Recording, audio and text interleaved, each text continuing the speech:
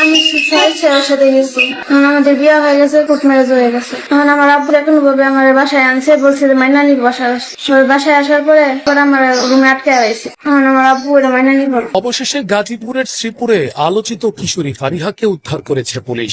মামলার তদন্ত কর্মকর্তা মোহাম্মদ লাল চাঁদ মিয়া জানান, তাদের প্রাথমিক অনুসন্ধানে উঠে এসেছে ছেলে ও মেয়ের বাড়ি কাছাকাছি হওয়ায় তাদের মধ্যে পূর্ব পরিচয় এবং সম্ভাব্য প্রেমের সম্পর্ক ছিল।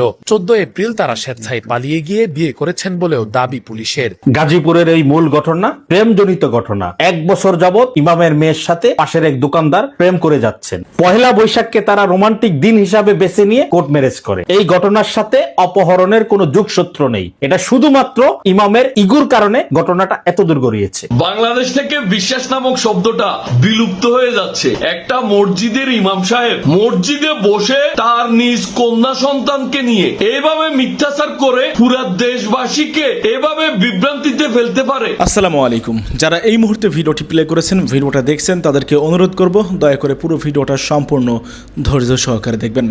খুবই গুরুত্বপূর্ণ এবং অত্যন্ত ইম্পর্টেন্ট ভিডিও নিয়ে উপস্থিত হয়েছে আপনাদের মাঝে। প্রিয় দর্শক, নতুন মোড় নিয়েছে গাজীপুরের সেই শ্রীপুরের মসজিদের ইমামের মেয়েকে ঘরের তালা ভেঙে তুলে নিয়ে যাওয়ার ঘটনাটি। গতকাল সারাদিন সামাজিক যোগাযোগ মাধ্যম সহ সারা দেশে আলোচিত বিষয় ছিল এইটা, যে একজন মসজিদের ইমামের মেয়েকে ঘরের তালা ভেঙে তুলে নিয়ে যাওয়া হলো, কিন্তু সুশীল সমাজ এবং দেশের মিডিয়া এবং প্রশাসন চুপ কেন? অবশেষে সামাজিক যোগাযোগ মাধ্যমে বিষয়টি আলোচনায় আসার পরে সেই মেয়েটিকে 24 ঘন্টার মধ্যেই উদ্ধার করেছে পুলিশ। এবং উদ্ধার করে যে বিষয়টি জানা গেল, জানলে আপনাদেরও চোখ কপালে উঠবে। ঘরের তালা ভেঙে সেই মেয়েটিকে জোরপূর্বক তুলে নিয়ে যাওয়া নয়, বরঞ্চ প্রেম ঘটিত সম্পর্কের প্রেক্ষিতেই নিজের ইচ্ছায় সেই মেয়েটি ওই ছেলের সঙ্গে পালিয়ে যায় এবং পালিয়ে যাওয়ার পরে তারা বিবাহ বন্ধনে আবদ্ধ হয়। কোর্ট থেকে তারা বিয়ে করে, কোর্ট ম্যারেজ করে এবং তার 2 দিন পরে বিষয়টি জানাজানি হলে মেয়ের পরিবারের পক্ষ থেকে এবং ছেলের পরিবারের পক্ষ থেকে মিটমাট করার জন্য একটা সালিশ বসানো হয়।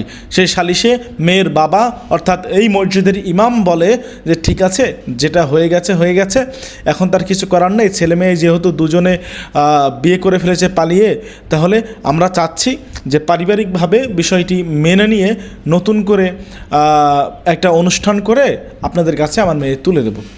এই কথা বলে ইমাম তার মেয়েকে বাড়িতে নিয়ে আসে এবং বাড়িতে নিয়ে আসার পরে ঘরে তালাবদ্ধ করে মেয়েকে মারধর করে, নানা হুমকি ধামকি দিতে থাকে এবং তারপরে জোরপূর্বকভাবে মেয়েটির কাছ থেকে একটা ভিডিও নেয় এবং মেয়েকে বলতে বাধ্য করে এই ইমাম সাহেব, অর্থাৎ ওই মেয়ের বাবা বাধ্য করে যে তুমি বলবে যে ওই ছেলেরা তোমাকে অপহরণ করেছিল, তোমাকে জোরপূর্বক তুলে নিয়ে গিয়েছিল, এটা বলবে, না হলে তোমাকে কঠিন মাসুল দিতে হবে।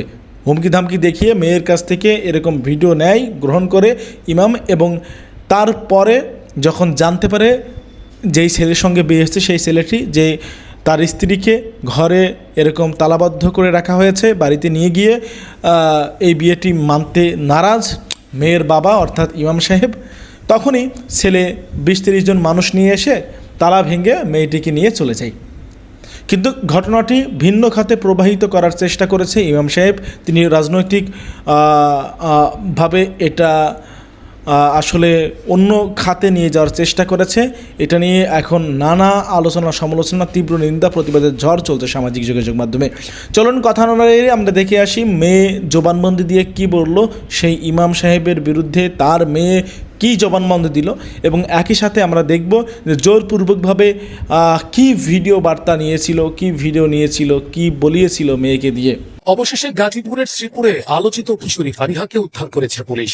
আজ শনিবার শ্রীপুর উপজেলার নয়নপুর এলাকা থেকে তাকে উদ্ধার করা হয়। এস দ্য পিপলকে বিষয়টি নিশ্চিত করেছেন শ্রীপুর থানার তদন্ত কর্মকর্তা মোহাম্মদ লাল চাঁদ মিয়া। সম্প্রতি বাবার সামনে থেকে অস্ত্রের মুখে মেয়েকে অপহরণ সংবলিত একটি সংবাদ সোশ্যাল মাধ্যমে ছড়িয়ে পড়লে চারদিকে সমালোচনার ঝড় ওঠে। কিন্তু ঘটনা বিশ্লেষণ করে একের পর এক সংশ্লিষ্ট ব্যক্তির সঙ্গে কথা বলে এবং মামলার মধ্যে গেছে বিষয়টি আমাদের কাছে এতটা সরল থেকেনি, বরং উন্মোচিত হয়েছে একটি জটিল বহুমাত্রিক বাস্তবতা। শ্রীপুরে ওলামায়ে কেরামদের পক্ষ থেকে সুস্পষ্ট ভাষায় ঘোষণা করতে চাই, আগামীকাল সন্ধ্যা 5টার পূর্বে যদি এই মেয়েকে তার বাবার কোলে ফিরিয়ে দিতে কোন নমনীয়তা প্রদর্শন করা হয়, প্রশাসনকে তার জবাব দিতে হবে। ঠিক না ঠিক? গাজীপুরের শ্রীপুর পয়লা বৈশাখের সকালে মাদ্রাসায় যাওয়ার পথে নিখোঁজ হয় 16 বছর বয়সী ফারিহা। ফেস দ্য পিপল বিষয়টিকে যাচাই করতে উদ্যোগ নেয়। কথা হয় ভুক্তভোগী পরিবার, স্থানীয় লোকজন, আইন শৃঙ্খলা বাহিনী এবং সংশ্লিষ্টদের সাথে। তখনই হাতে আসে মামলার কপি, যেখানে উঠে এসেছে এক ভিন্নধর্মী বাস্তবতার চিত্র। মামলার এজাহারে ফারিহার বাবা হাদিউল ইসলাম দাবি করেছেন, দীর্ঘদিন ধরে স্থানীয় যুবক আবিদ তার মেয়েকে উত্ত্যক্ত করে আসছিল। একাধিকবার বাধা দেয়া হলেও তা থামেনি, বরং অপহরণের হুমকি পর্যন্ত দেয়া হয়। 14 এপ্রিল সকালে মাওনা ফায়ার সার্ভিস এলাকা থেকে জোরপূর্বক ফারিহাকে তুলে নেওয়া হয় বলে অভিযোগ। তবে ঠিক পরদিন ঘটনার মোড় ঘুরে যায়। স্থানীয়দের চাপে মেয়েকে ফিরিয়ে আনার পর সমঝোতার জন্য ব্যবস্থা করা হয় সালিশের, কিন্তু সেই সালিশই পরিণত হয় সহিংসতায়। এজাহার অনুযায়ী ধারালো অস্ত্র নিয়ে 30-40 জনের একটি দল বাড়িতে হামলা চালায়, দরজা ভেঙে আবারও ফারিহাকে টেনে হেঁচড়ে নিয়ে যায়। এমনকি অস্ত্রের মুখে জিম্মি করে প্রাণনাশের হুমকিও দেওয়া হয়। একই সঙ্গে নগদ টাকা ও স্বর্ণালংকার লুটের অভিযোগ রয়েছে। এই পর্যন্ত গল্পটি একটি স্পষ্ট অপহরণ ও স্থানীয় হামলার চিত্রই তুলে ধরে, কিন্তু তদন্তের সঙ্গে যুক্ত কর্মকর্তাদের বক্তব্যে আসে ভিন্ন ইঙ্গিত। মামলার তদন্ত কর্মকর্তা মোহাম্মদ লালচাঁদ মিয়া জানান, তাদের প্রাথমিক অনুসন্ধানে উঠে এসেছে ছেলে ও মেয়ের বাড়ি কাছাকাছি হওয়ায় তাদের মধ্যে পূর্ব পরিচয় এবং সম্ভাব্য প্রেমের সম্পর্ক ছিল। 14 এপ্রিল তারা স্বেচ্ছায় পালিয়ে গিয়ে বিয়ে করেছেন বলেও দাবি পুলিশের। পরদিন স্থানীয়দের মধ্যস্থতায় তাদের ফিরে আনা হলেও দরবারে সমঝোতা না হওয়ায় পরিস্থিতি আবারও উত্তপ্ত হয়ে ওঠে। এর মধ্যে সামনে আসে আরো একটি গুরুত্বপূর্ণ নথি, কোর্ট ম্যারেজের কাগজ, যেখানে দেখা যায় 15 এপ্রিল 8 লক্ষ টাকা দেনমোহর নির্ধারণ করে বিয়ে সম্পন্ন হয়েছে। এখানেই তৈরি হয় আরো একটি নতুন প্রশ্ন। নথিতে ছেলে মেয়ের জন্ম তারিখ এমন ভাবে উল্লেখ করা হয়েছে যে তাদের প্রাপ্তবয়স্ক হিসেবে দেখায়, যেখানে বাস্তবে উভয়ের বয়সী আইন অনুযায়ী অপ্রাপ্ত বয়স্ক হওয়ার অভিযোগ রয়েছে। অন্যদিকে ফারিহার বাবার বক্তব্য পুরোপুরি ভিন্ন। তিনি দাবি করেন, দরবারে কোনো বৈধ কাগজ দেখানো হয়নি, বরং পরবর্তীতে জোরপূর্বক মেয়েকে তুলে নিয়ে গিয়ে বিয়ের কাগজ তৈরি করা হয়েছে। তিনি আরো অভিযোগ করেন, দরবারে তাকে নানা প্রলোভন দেখানো হয়েছিল, কাবিনের টাকা বাড়িয়ে দেওয়ার আশ্বাস পর্যন্ত দেওয়া হয়। এমন উগ্র উচ্ছৃঙ্খল ছেলের হাতে তিনি তার মেয়েকে দিতে চান না। আপনি তো জানেন একজন ইমামের বেতন কত। আমাকে প্রলোভন দেখাইছে তারা, তাদের অনেক টাকা আছে, অনেক কিছু আছে। হ্যাঁ, তারা 8 লাখ টাকা কাবিন তারা এর থেকে বেশি কাবিন দিবে। এবার আমি একটা কথাই বলছি, আমার একটা ভিক্ষুক হোক, একটা ইমাম হোক, একটা দিনদার হোক, আমার এরকম একটা ছেলের দরকার আমি কোনো মন্তব্য করবো না। আমি একটু কথা স্থানীয় ইমাম মুজাম্মেল হকের সাথে কথা হয় ফেস দ্য পিপলের। ছেলে তার মামার অনেক কষ্ট দেখাইতে, এমনকি তার বাবা ছেলে দুইজনেই এক ধরনের নেশাগ্রস্ত লোক। বিয়ের সাথে আমরা নিজের আগে তো আলোচনা করছি, মেয়ের বাবা কে বলে বলনা আজুল সাহেবকে, আমরা মেয়ে পাইলে আমরা মামলা করতে উঠাইনি। আর আরেকটা কাজ করা যায়, যদি মনে করেন যে এখন একটা ঘটনা ঘটছে, এটা আলোচনা চলে উপস্থিতি মুরব্বীদের গ্রহণযোগ্য যে মুরব্বীদের মাধ্যমে সেটা আমরা তার সাথে দিয়ে যাই। দুইটা প্রস্তাব রাখো, আমি প্রয়োজন আমার মেয়ের একটা রিক্সা চালকের কাছে দিয়ে দিতে প্রস্তুত আছি, কিন্তু তাদের সাথে আমি কিভাবে যে যারা এইভাবে অস্ত্রটাকে মনে করেন যে আমাকে হাজার হাজার শত শত মানুষের সঙ্গে অপমান অপদস্থ করছে, আমাকে কিন্তু আমার শত্রু হয়ে পড়ছে, আমার মেয়ের টান্না হাত নিয়ে গেছে, এই যে গাড়ি গেলাম এই মানে সবকিছু মিলে নিজেরা মানাতে পারছে না। কথা বলছেন, শুধু তিনিই নন, তার সাথে অনেকেই প্রশ্ন তুলেছেন, যে সম্পর্কই থাকুক, অস্ত্র নিয়ে বাড়িতে হামলা চালিয়ে একজন কিশোরীকে তুলে নেয়ার ঘটনা কোনোভাবেই স্বাভাবিক বা গ্রহণযোগ্য নয়। আর ওনাদের কাছে যদি কাবিন নামাই থাকে তাহলে ওনারা তো আইনের আশ্রয় নিতে পারতো, তাহলে দাও লাখশোটা সাক্ষর এবং অস্ত্র দিয়ে এগুলা কেন নিত? সম্পর্ক থাকলে ওনারা আইন আশ্রয় কেন? মেয়ের বাবা তখন নাকি মেয়ে আটকাই দিল যে না আমি মেয়েটাকে দিব না, তখন ওনারা আইনের দ্বারস্থ কেন হলো না? এই যে আমরা বিল করছি, এই যে আমাদের কাবিন, এই যে আমাদের ডকুমেন্ট, তখন তো তারা থানায় আসতে পারতো, প্রশাসনকে জানাইতে পারতো। এগুলো না করে পিস্তল ধরলো, পিস্তল তুলতে না বলেন, যাদের কাছে পিস্তল আছে, যাদের কাছে লাখ কিছুটা আছে, যারা বাড়ির গেট বাঁধতে পারে, যারা বাড়ির থানা বাঁধতে পারে, এরা তো ডাকাত দল। ঘটনার সঙ্গে রাজনৈতিক প্রভাবের অভিযোগও সামনে এসেছে।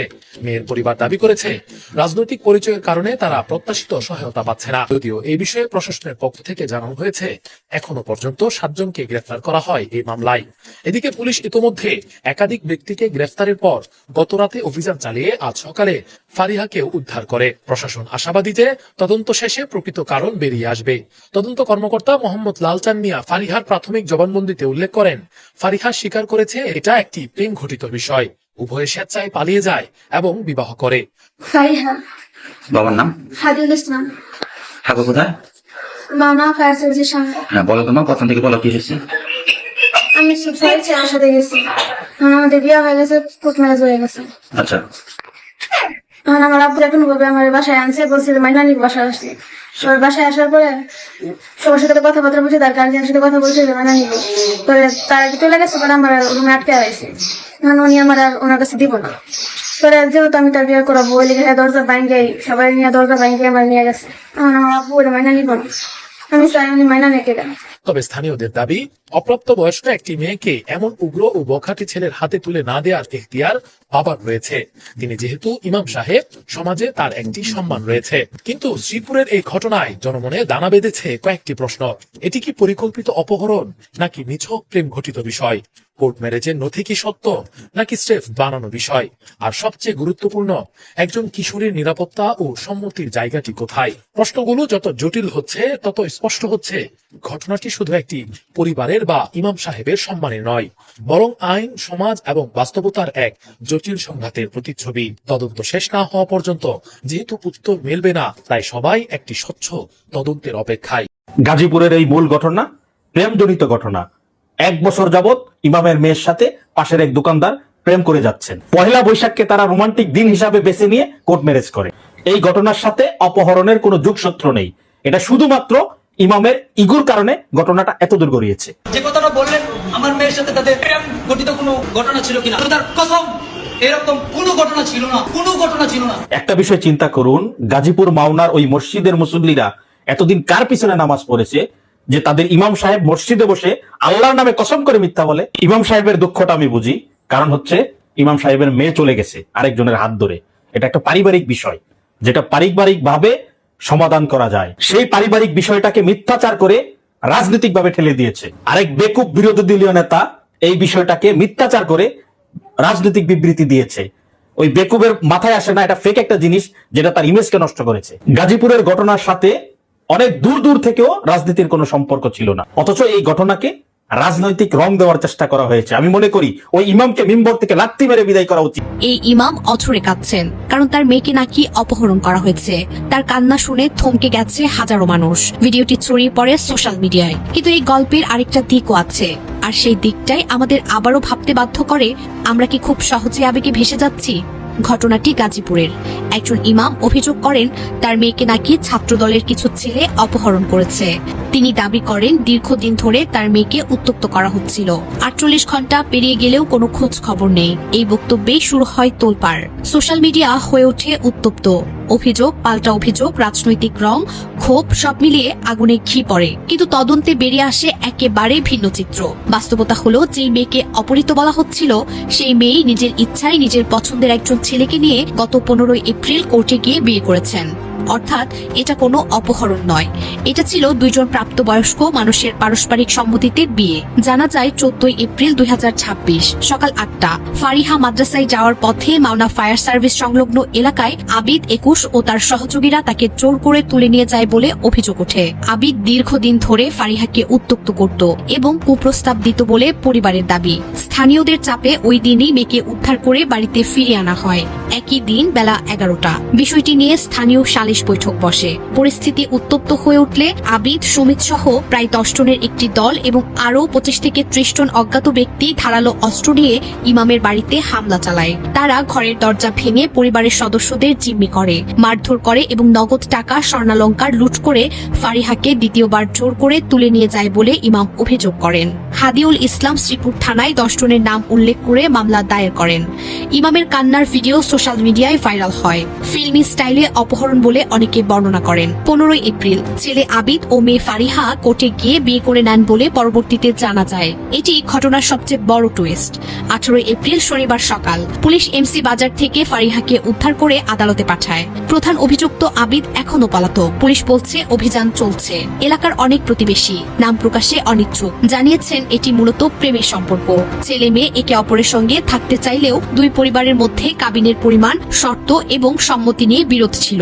সালিশ ব্যর্থ হওয়ার পর পরিস্থিতি জটিল হয়ে যায়। আইনি জটিলতা এড়াতে মেয়েটি নিজেই পুলিশের কাছে আত্মসমর্পণ করে বলে সূত্র জানায়। অনেকের অভিযোগ, ইমাম হাদিউল ইসলাম প্রতিপক্ষ আবিদের পরিবারকে ফাঁসানোর জন্য ঘটনাটাকে অপহরণ ও হামলার নাটক সাজিয়েছেন। সোশ্যাল মিডিয়ায় আবেগকে কাজে লাগিয়ে রাজনৈতিক রং দেওয়া হয়েছে। একজন ধর্মীয় ব্যক্তি হিসেবে ইমামের এমন অভিনয় যদি সত্য হয়, সমাজের বিশ্বাসের সংকট তৈরি করছে। এই ঘটনা আবারও দেখিয়ে দিল যে সোশ্যাল মিডিয়ায় আবেগের বসে যা ছড়ায় তা পুরো সত্যতা যাচাই না করে বিশ্বাস করা ঠিক নয়। একজন ইমামের মুখ থেকে যদি অতিরঞ্জিত বা মিথ্যা বর্ণনা আসে, তাহলে সাধারণ মানুষ কাকে বিশ্বাস করবে?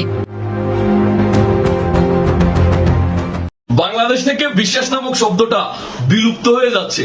একটা মসজিদের ইমাম সাহেব মসজিদে বসে তার নিজ কন্যা সন্তানকে নিয়ে এভাবে মিথ্যাচার করে পুরা দেশবাসীকে এভাবে বিভ্রান্তিতে ফেলতে পারে, এটা আমরা কল্পনাও করতে পারি নাই। গতকালকে থেকে জামাত শিবিরের লোকজন অনলাইনে ঝড় তুলে ফেলছে। গাজীপুরে একটা মসজিদের ইমাম সাহেবকে নাকি মাথায় অস্ত্র ঠেকিয়ে তার কন্যা সন্তানকে অপহরণ করে তুলে নিয়ে গেছে। আজকে সেই ঘটনা পুরোপুরি প্রকাশ পেয়ে গেছে। এই মসজিদের ইমাম সাহেবের কন্যা প্রেমিকের সাথে বেগে গেছে, আরো আগে বিয়ে করে ফেলছে। কি একটা অবস্থা রে ভাই! এই বিষয়টা নিয়ে জামাত শিবিরের প্রত্যেকটা নেতাকর্মী অনলাইনের মধ্যে যে নোংরামিটা করছে, জামাতের আমি সুম্মা শফিক সে নিজেও একটা দলের দলীয় প্রধান, একটা রাষ্ট্রের বিরোধী দলের সর্বোচ্চ নেতা হয়ে সে বিষয়টা নিয়ে এভাবে নোংরামি করতে পারে। আমাদের মাননীয় প্রধানমন্ত্রী জনাব তারেক রহমানকে নিয়ে সে উপমা দিতে গিয়ে বলতেছে, আপনারও কন্যা সন্তান আছে, আপনি আপনার কন্যা সন্তানের দিকে তাকিয়ে হইলেও এ বাবার মেয়েকে খুঁজে দেন। এ বাবার মেয়েকে দলীয় লোকজন তুলে নিয়ে গেছে, অপহরণ করে ফেলছে। কি একটা অবস্থা রে ভাই! আজকে সেই মেয়ে উদ্ধার হয়েছে। এই মেয়ে নাকি আরো আগেই বিয়ে করছে, এই ইমাম সাহেব মেনে নিচ্ছে না। আর এই বিয়ের ঘটনাকে এই ইমাম সাহেব মসজিদে বসে কিভাবে মিথ্যাচার করলো, সারা বাংলাদেশের মানুষকে বিভ্রান্তিতে ফেললো। হায় রে হায়! বাংলাদেশ থেকে এই বিশ্বাস নামক শব্দটা বিলুপ্ত হওয়ার পথে। একটা মসজিদের ইমাম সাহেব মসজিদে বসে তার নিজের কন্যা সন্তানকে নিয়ে এভাবে মিথ্যাচার করবে, পুরো বাংলাদেশের মানুষকে এভাবে বিভ্রান্তিতে ফেলে দিবে, আমরা কল্পনাও করি নাই। আল্লাহর কাছে বিচার দিলাম, আল্লাহ তোদের বিচার করুক বাংলাদেশের মানুষকে এভাবে বিভ্রান্ত করার জন্য। আর দেশবাসীর উদ্দেশ্যে বলবো, জামাত শিবিরের কোনো কথাই বিশ্বাস করা যাবে না। এরা তিলকে তাল বানিয়ে প্রচার করে, মিথ্যাকে সত্য, সত্যকে মিথ্যা বানায়। এদের মরণের ভয় নাই, এদের কোনো কথা বিশ্বাস করা যাবে না। সবাই অনেক ভালো থাকেন, জামাত শিবির থেকে সোচ্চার থাকেন। আল্লাহ হাফেজ, আসসালামু আলাইকুম। আমরা এই বিষয়ে আজকেও এসেছি অনুসন্ধান করতে। আমরা যতটুকু জানতে পেরেছি, এই যে মেয়েটির বাড়ি, গতকালকে আমরা ইমামের বক্তব্য এই বাড়িটি থেকেই নেওয়ার চেষ্টা করেছিলাম। ঠিক মেয়েটির বাড়ির পাশেই কয়েক ফিট দূরত্বে হচ্ছে আবিদের দোকান। আবিদ পেশায় একজন মুদি দোকানি, এটা তার দোকান। এখানে আবিদের নাম লেখা রয়েছে এবং আবিদের দোকানটি বন্ধ রয়েছে এবং পাশেই হচ্ছে আবিদের বাড়ি। এই যে পাশাপাশি বাড়ি এবং আরো বেশ কয়েকজনের সঙ্গে আমরা কথা বলেছি। আবিদের পরিবারের একজন আত্মীয়, আবিদের চাচাতো বোন, তিনি আমাদেরকে জানিয়েছেন যে তাদের প্রায় 1 বছর যাবত এই প্রেমের সম্পর্ক রয়েছে। প্রেমের সম্পর্কর পরে তারা মেয়েটি, এই ইমামের মেয়ে, পহেলা বৈশাখের দিন ছেলেটির সাথে চলে যায় এবং এরপরে মেয়েটিকে উদ্ধার করা হয় 1 দিন এবং 1 রাত পরে। ওই সময়ই তারা বিয়ে করে, এটি মেয়ের দাবি। এই বক্তব্যগুলো সম্পূর্ণ মেয়ের বক্তব্য, এটা আমরা ওসির মাধ্যমে জানতে পেরেছি। ওসি আমাদেরকে জানিয়েছেন, মেয়ের ভাষ্য অনুযায়ী তিনি বলছেন যে একবার চলে গিয়েছিল পহেলা বৈশাখের সময়, এরপরে আরও 24 ঘন্টা পরে যখন উদ্ধার করা হয়, তখন এলাকাবাসী এবং স্থানীয় বেশ কিছু বিএনপি নেতাকর্মীরা এই উদ্ধারে তারা সহযোগিতা করে। এর মধ্যে কয়েকজন ছাত্রদল নেতাও রয়েছে উদ্ধারের সময়। পরবর্তীতে যখন আবিদ তার বিয়ে করা বউকে নিতে আসে, তখন যখন উদ্ধারের সময় তখন তাদেরকে শর্ত দেওয়া হয় তারা পারিবারিকভাবে বিয়েটা, এই সম্পর্কটা মেনে নেবে। তখন এই ইমাম তাদের এই সম্পর্কটা মেনে নেয়নি, এই ধরনের অভিযোগ ওই মেয়ের। ইমামের মেয়ে বলছেন যে তার বাবা তাদের সম্পর্ক মেনে নেয়নি, তাকে দরজা বন্ধ করে রাখা হয় এবং তাকে বিভিন্নভাবে ব্ল্যাকমেল করা হয়। তার বাবা তার গলায় বটি ঠেকিয়ে তারপর জানায় যে যদি ওই ছেলেকে ভুলে না যায় তাহলে সে আত্মহত্যা করবে। এই ধরনের কথা কিন্তু মেয়ে জানিয়েছে ওসিকে। তিনি বলছেন যে এইভাবে যখন বিয়েতে রাজি না হয় তখন মূলত এই মেয়ে ওই ছেলের সাথে যোগাযোগ করে। পরবর্তীতে আবিদ তার সহকর্মীদের নিয়ে এসে, বেশ কিছু মানুষজন নিয়ে এসে, 30-40 জন মানুষ নিয়ে এসে একটা মব সৃষ্টি করে, যেটা সে মারাত্মক অন্যায় করেছে বলে এই এলাকার সচেতন মহলের দাবি। এবং দরজা ভেঙে আপনারা দেখেছেন যে ইমাম হাদিউল ইসলাম কান্নাকাটি করে যে বিষয়টি জানিয়েছিলেন, এই যে গতকালকেই একটি ভিডিও ভাইরাল হয়েছিল, ওই যে দরজা এভাবে ভেঙে তার এই ইমামের যে মেয়ে ফারিহা তাকে জোরপূর্বক তার বাবার কোল থেকে নিয়ে যাওয়া হয়। এটি নিঃসন্দেহে একটি অপরাধ এবং মেয়ের প্রাপ্তবয়স্ক হয়নি, 15 বছর 4 মাস। এবং সোশ্যাল মাধ্যমে এরপর থেকে দেখা যাচ্ছে যে বেশ কিছু কাবিননামা, অ্যাফিডেভিট, এরপরে কোর্ট ম্যারেজ করেছে, যে এই ধরনের কিছু কাগজপত্র সোশ্যাল মাধ্যমে ছড়িয়ে পড়েছে। এবং এরপরেই বিষয়টি সামনে আসে। আমরা এই ঘটনাই আজকে জানার জন্য এখানে এসেছিলাম। তারপরে এখানে আসার পরে আমরা ওসির সঙ্গে যোগাযোগ করার চেষ্টা করি। তিনি জানিয়েছেন যে নয়নপুর এলাকা থেকে মামলার যিনি তদন্তকারী কর্মকর্তা এসআই লালচাঁদ, তার নেতৃত্বে গোপন সংবাদের ভিত্তিতে নয়নপুর এলাকা থেকে ওই মেয়েকে উদ্ধার করা হয়েছে। এই মেয়েটি, শুধুমাত্র মেয়েটিকে, একজনকে উদ্ধার করা হয়েছে এবং সে মেয়েটি এখন শ্রীপুর থানা হেফাজতে রয়েছে। এবং এই এলাকার সচেতন মহলের দাবি, মেয়েকে কোনো প্রকার ভয়ভীতি মূলক পরিবেশ ছাড়া তার কাছ থেকে মূল বিষয়টি জেনে এবং যারা এই ঘটনায় জড়িত তাদেরকে দৃষ্টান্তমূলক শাস্তির দাবি জানিয়েছেন এলাকার সচেতন মহল। এই ঘটনায় রাজনৈতিক একটা মহল রাজনৈতিক ভাবে বিষয়টিকে জড়ানোর চেষ্টা করা হয়েছে এবং ছাত্রদলের বেশ কয়েকজনের নাম ওই লাইভে বলা হয়েছিল। প্রকৃতপক্ষে ছাত্রদলের কেউই এই ঘটনায় জড়িত না। প্রিয় দর্শক শ্রোতা মণ্ডলী, আপনারা দেখতে পেলেন। এখন জানাবেন আপনারা কি বলতেছেন। আসলে কি বলবো, জাতির ইমোশনে পুরোপুরি পানি ঢেলে দিল এই ইমাম সাহেব। আসলে মানে এদের কারণে আসলে মানুষ এই হুজুরদের প্রতি আস্থা ভরসা হারিয়ে ফেলছে রীতিমতো বলা যায়। এদের মতো মুখোশধারী নামধারী কিছু সংখ্যক এই ইমামদের জন্যই আসলে এরকম হুজুরদের কারণেই বাকি সবার বদনাম হচ্ছে। আপনারা কি মনে করেন? আমি মনে করি খুবই ভয়ানকভাবে একটা অপরাধ করেছে এই ইমাম সাহেব, এরকম মিথ্যা বানোয়াট বিভ্রান্তিকর একটা ঘটনা ছড়িয়ে, এবং তিনি উদ্দেশ্য প্রণোদিতভাবে যে ঘটনাটি ঘটিয়েছে সেটি খুবই দুঃখজনক। মানুষ গতকাল থেকে এই ইমাম সাহেবের পক্ষ নিয়ে কথা বলছে, আমরাও কথা বলছি, অর্থাৎ আমরাও বলছি যে এই একজন ইমামের মেয়েকে বাড়ির তালা ভেঙে জোর করে অস্ত্র দেখিয়ে তুলে নিয়ে যাওয়া হয়, এই যে অভিযোগ, এটার বিরুদ্ধে কেন এখনও পর্যন্ত প্রশাসন কোনো পদক্ষেপ নেয়নি, কেন চুপ রয়েছে, এরকম নানা প্রতিবাদ আমরা করেছি। কিন্তু এখন দিন শেষে জানতে পারি মেন দোষী, মেন অপরাধী হচ্ছে ইমাম সাহেবই। গাজীপুরের একজন ইমামকে পিস্তল ঠেকিয়ে তার মেয়েকে জোরপূর্বক অপহরণের অভিযোগ, সেই ঘটনার মদতদাতা হিসেবে বিএনপির উপর দায় চাপিয়েছেন বিরোধী দলের প্রধান জামায়াতের আমির ডক্টর শফিকুর রহমান।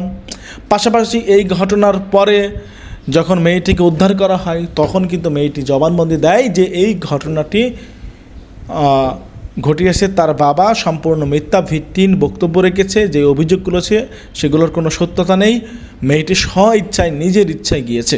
খুবই দুঃখজনক। আসলে কি বলবেন আপনারা জানাবেন আপনাদের মতামত, ওপিনিয়ন। ভালো থাকবেন, আল্লাহ হাফেজ।